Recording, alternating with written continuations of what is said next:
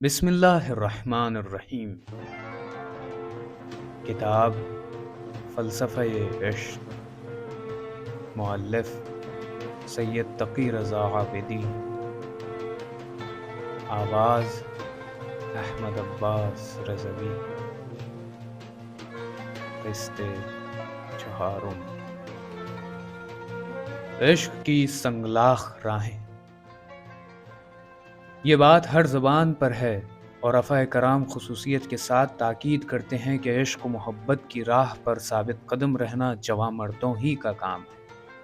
انیس آسان نہیں آباد کرنا گھر محبت کا، یہ ان کا کام ہے جو زندگی برباد کرتے ہیں۔ سلسلہ کلام اس لیے دراز کیا جا رہا ہے تاکہ رخسار عشق و محبت پر غرور و تکبر کا الزام نہ دیا جا سکے، بلکہ عشق و محبت کی داستان عقل و شعور رکھنے والوں کے ذہن کے گوشوں میں سما جائے اور وہ اس جلوہ حقیقت سے آشنا ہو جائیں کہ یہ راہ عرفان ہے۔ یہاں ہر خانہ دار کو خانمہ برباد ہونا پڑتا ہے، ہر متصور کو آئینہ تصویر ہونا پڑتا ہے، تلاش منزل میں گرد راہ غبار رہ گزر بننا پڑتا ہے، مادی خواہشوں کو نظر صبر کر کے بذوق شوق دائرہ صلیب کو چومنا پڑتا ہے، عظمتوں کا تاج محل تعمیر کرنے کے لیے اپنی ہستی کو خاک و خوں میں ملانا پڑتا ہے، حیات جاویدانی کی لذت سے آشنائی ہونے کے لیے فنا کو سینے سے لگانا پڑتا ہے، کامل ترین مومن ہونے کے لیے آئینہ عشق و محبت ہونا پڑتا ہے، اور عشق و محبت کی اعلیٰ ترین منزلوں پر گامزن ہونے کے لیے تہ خنجر گردن رکھ کر موت کو آواز دینا پڑتا ہے۔ یہ شہادت گہ الفت میں قدم رکھنا ہے۔ لوگ آسان سمجھتے ہیں مسلمان ہونا، اس راہ میں صعوبتوں کو بے باک کرنا پڑتا ہے، موت کو آواز دینا پڑتا ہے، فنا کو منہ لگانا پڑتا ہے، ہستی کا مذاق اڑانا پڑتا ہے، نیستی کو گلے لگانا پڑتا ہے، تب جا کر انسان بقا کی لطافتوں کا صحیح لطف اٹھاتا ہے۔ عشق انسانیت کا پیکر ہوتا ہے، نورانیت کا جامع ہوتا ہے، حقانیت کا مجسمہ ہوتا ہے، روحانیت کی تصویر ہوتا ہے، معصومیت کا آئینہ ہوتا ہے، جس پر خورشید و خاور کی درخشندہ کرنیں نچھاور شمس و قمر کے جلوے، بے خود مہر و نجوم کا حسن و جمال، ششدر آفتاب کا جاہ و جلال، قدمبوس ستاروں کے دل ربائیاں، متحیر کہکشاں کی رنگینیاں، قربان لالو گل کی رعنائیاں نثار غرض، بیان میں عشق ہو نہیں سکتا کہ دائرے ابھی محدود ہیں زبانوں کے۔ یہ راہ تمام راہوں سے دشوار گزار ہے، اس میں ہر مشکل کو شاداں و فرحاں قبول کرتے ہوئے اہل ایمان عظیم منزلوں پر گامزن ہوتے ہیں۔ محبت زندگی کی سب سے بڑی آزمائش ہے، مگر یہ آزما لینے کے قابل آزمائش ہے۔ عشق کون کر سکتا ہے؟ ہر شخص عشق کی دولت سے مالا مال نہیں ہوتا۔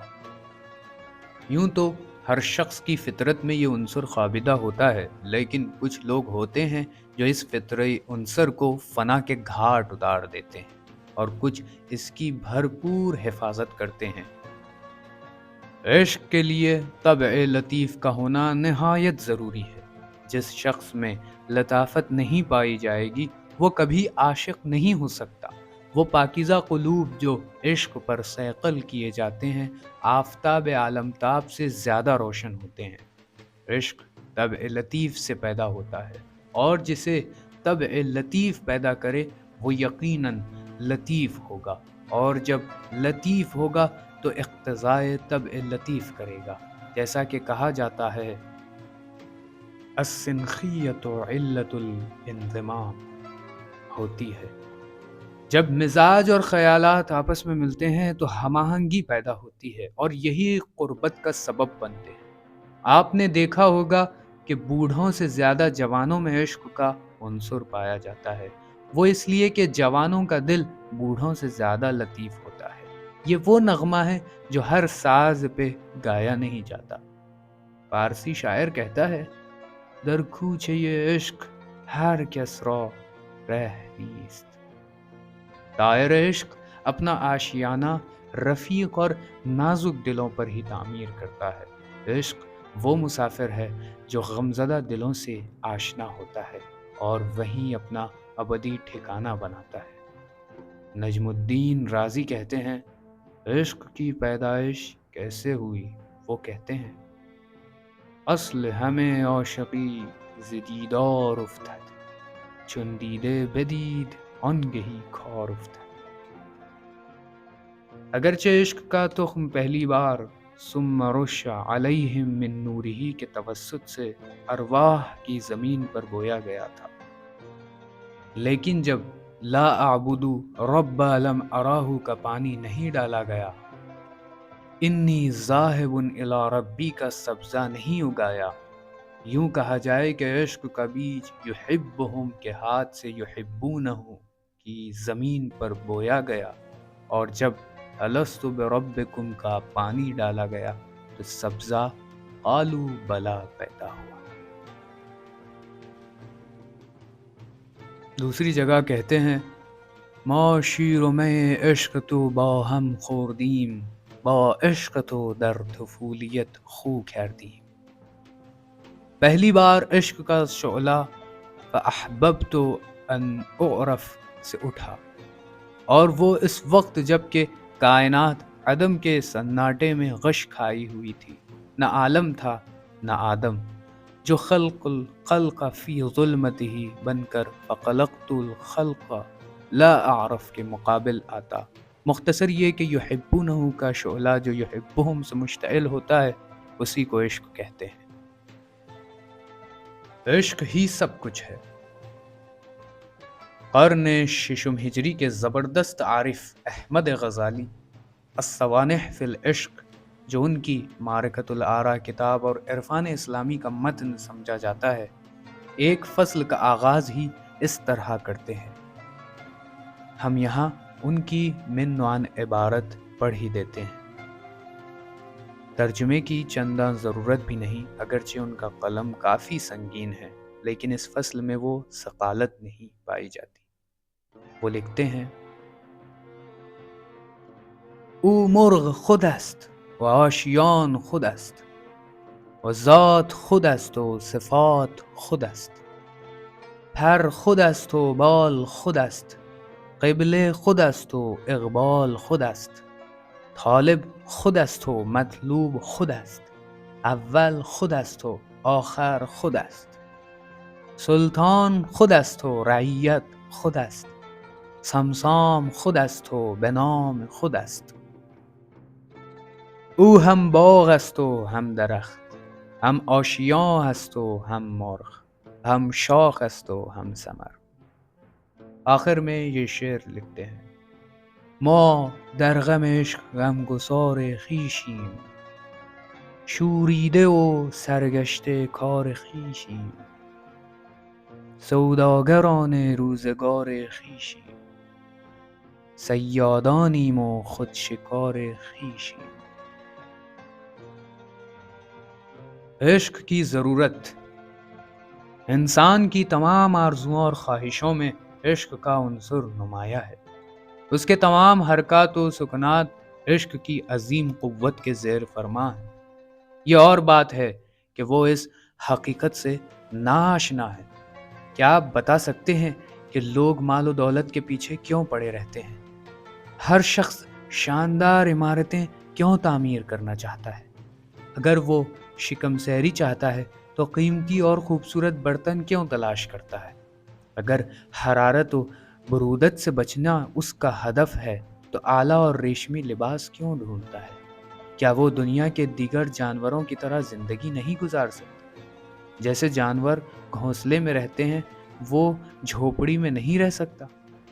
جس طرح آب و دانہ سے وہ پیٹ بھرتے ہیں یہ مٹی کے برتن میں نہیں کھا سکتا؟ یہ ساری مصیبتیں اور پریشانیاں اسی لیے ہے کہ وہ ان وسائل سے زیادہ عشق کی نعمت سے بہرمند ہونا چاہتا ہے۔ وہ دولت جمع کرتا ہے اس کی پرستش کرتا ہے اور اس سے محبت کرتا ہے۔ وہ شاندار عمارتوں کا عاشق ہے، وہ بہترین لباس کا شیدائی ہے۔ یہ ان تمام چیزوں کو اس لیے اپنا رہا ہے تاکہ دنیا کی محبوب ترین شخصیت بن جائے اور لوگ اس سے محبت کا دم بھرنے لگیں۔ یہ نقش و نگار، یہ عظیم عمارتیں، یہ بلند و بالا دیواریں، یہ مخملی فرش و غرض دنیا کی تمام رنگا رنگی، یہ حسن و زیبائی عشق کی کارستانی ہے۔ یہ بات حقیقت رکھتی ہے کہ اگر عشق کی قدرت نہ ہوتی تو یہ ہنر کے عظیم آثار دیکھنے میں نہیں آتے۔ دنیا کے تمام آثار ہنری میں عشق کی داستانیں دہرائی جا رہی ہیں۔ تاج محل سے لے کر اہرام مصر تک اگر عشق اپنا نفوذ ختم کر دے تو ہنر میں زیبائی باقی نہ رہے۔ ہر تصویر کا چہرہ بگڑ جائے گا، شاعری کی رونق اڑ جائے گی، کلمات ان ناتراشیدہ پتھروں کی طرح ہو جائیں گے جو ایک دوسرے سے جوڑ دیے گئے ہوں۔ مختصر یہ کہ ہر آہنگ اور ہر داستان میں عشق کا جلوہ نمایاں ہے۔ عشق کا ہدف، یہ بات واضح ہونی چاہیے کہ عشق کی سرگرمیوں اور مدہوشیوں میں عاشق کا ہدف اور مقصد کیا ہوتا ہے۔ عاشق کو عشق سے کیا حاصل ہوتا ہے؟ اس گفتگو کو سمجھنے کے لیے عشق کی دونوں شاخوں پر جداگانہ طور پر نظر ڈالنے کی ضرورت ہے۔ جسمانی اور شہوانی عشق میں عاشق کی پوری نظر ظاہری جسم کی شادابی اور اس کی تر و تازگی پر ہوتی ہے، اور مقصد جسم کا حصول لذات حیوانی اور خواہشات نفسانی سے بہرمند ہونا ہوتا ہے۔ یہی وجہ ہے حیوانی عشق میں عاشق کی نگاہ معشوق کے خد و خال پر گڑی ہوتی ہے، اور یہ عشق اکثر جوانی کی امنگوں میں ابھرتا ہے۔ بوڑھاپے میں اس کا کوئی فائدہ نہیں، اور چون پیر شدی حافظ از میکده بیرون شو کی آوازیں آنے لگتی ہیں۔ امیر ماضی کہتا ہے، جسمانی عشق جوانی اور توانگری کا خاصہ ہے۔ عشق کی دوسری شاخ الہی اور روحانی ہے۔ الہی عشق ایک خاص مقام و منزلت کا حامل ہے۔ اس میں کوئی شک نہیں کہ کمال سعادت اور منتہا عشق لقاء اللہ ہے، لہذا لقاء پروردگار کے لیے عشق ضروری ہے، اور سچے عشق کے لیے پائیدار معرفت کی ضرورت ہے، اور صحیح معرفت ہی پائیدار عشق کی دعوت دیتی ہے۔ کہا جاتا ہے، من عرفنی احبنی ومن احبنی عشقنی ومن عشقنی عشقته ومن عشقته قتلته ومن قتلته فعلى دیته ومن على دیته فانا دیته۔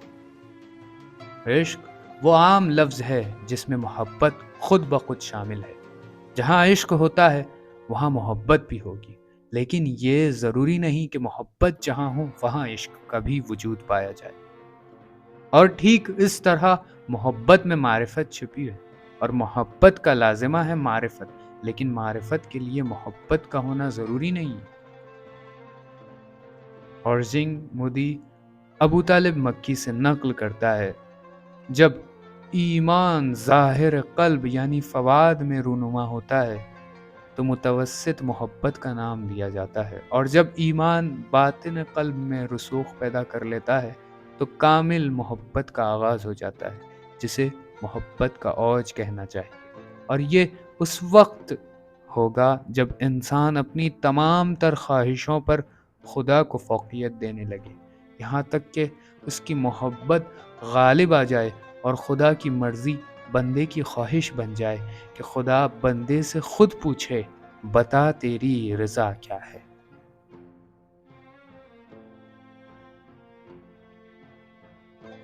ایک مفکر تو یہاں تک کہتے ہیں کہ عاشق اپنے معشوق کو تمام خوبیوں کا مظہر سمجھتا ہے، اور کبھی آہستہ آہستہ اس کا دائرہ عشق ایک موجود کی خوبصورتی سے تجاوز کر کے تمام مظاہر طبیعت کی پرستش تک پہنچ جاتا ہے۔